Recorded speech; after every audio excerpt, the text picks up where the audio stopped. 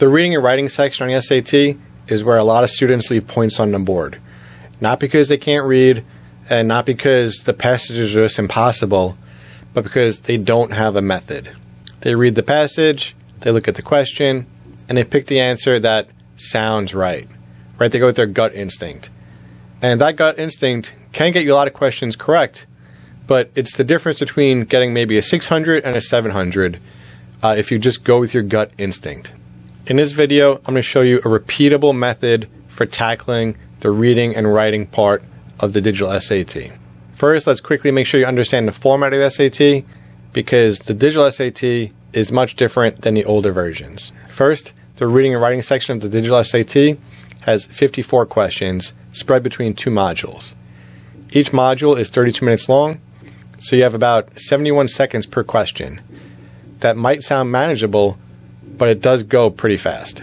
Another key thing about the digital SAT is that you get one short passage followed by one question. So one question per passage, which is pretty good news because if you have a passage that you don't really understand, it's only going to affect one question. The test is also adaptive, so how you do on that first module is going to determine what module you get second.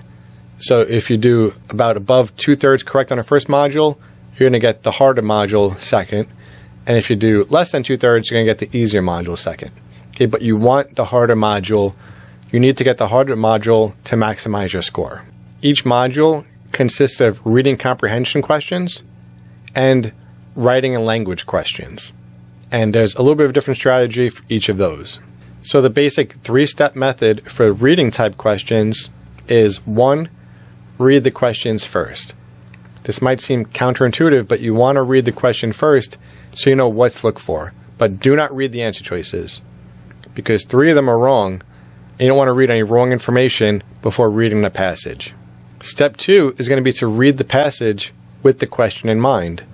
Now that you have the question in your mind, you can be an active reader and try and look for the answer while you're reading it. You're reading it with a purpose instead of just generally reading the passage.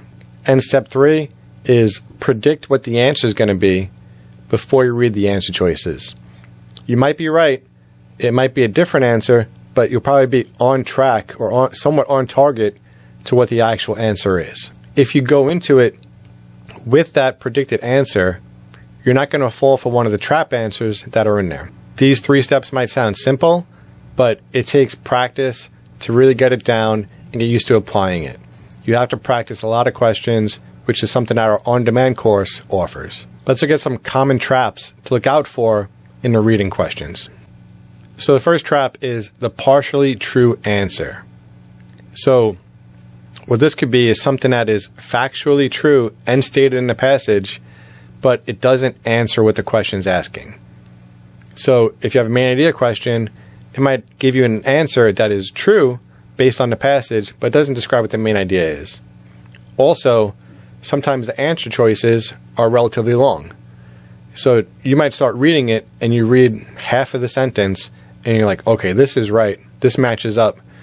But the second half of the sentence says something that's wrong.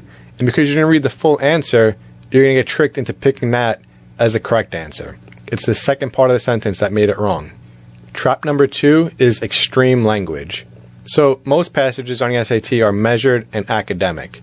So when they give a point of view, normally it's things, or they give scientific information. Even with that, it would say things like it's suggested, likely, probably, things like that.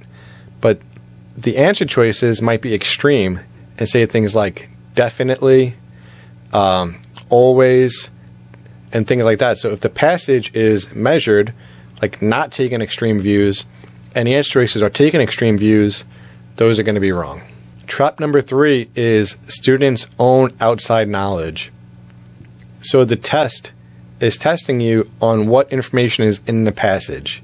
And sometimes applying your own outside knowledge will lead you to picking a wrong answer choice.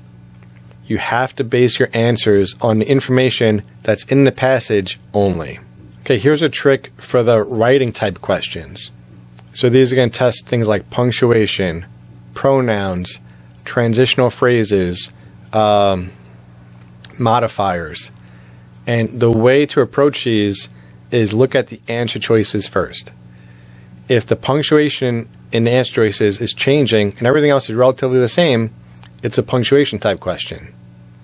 If the answer choices are just pronouns that are changing, it's a pronoun question. If you see transitional phrases, it's a transitional phrase question. So glance at the answer choices so you have an idea of what to look for when you approach the question. So when you read the paragraph and then come back and find the right choice, you know exactly what you're checking for to make sure it's correct. And lastly, I have a pacing strategy for you. So for reading and writing, you have approximately 71 seconds per question. Of course, some are going to take longer, and then you'll make up for that because some questions take less time. But if you find yourself stuck on a question, you feel like you're wasting a lot of time, like if you're at like the 2-minute mark for a single question, just mark it for review. You can do that with the digital SAT. Mark it for review and move on, because you don't want to spend more time on a question and ignore questions that you can possibly get right. Right? So then go on, move on. After you answer the other questions, you can come back to it.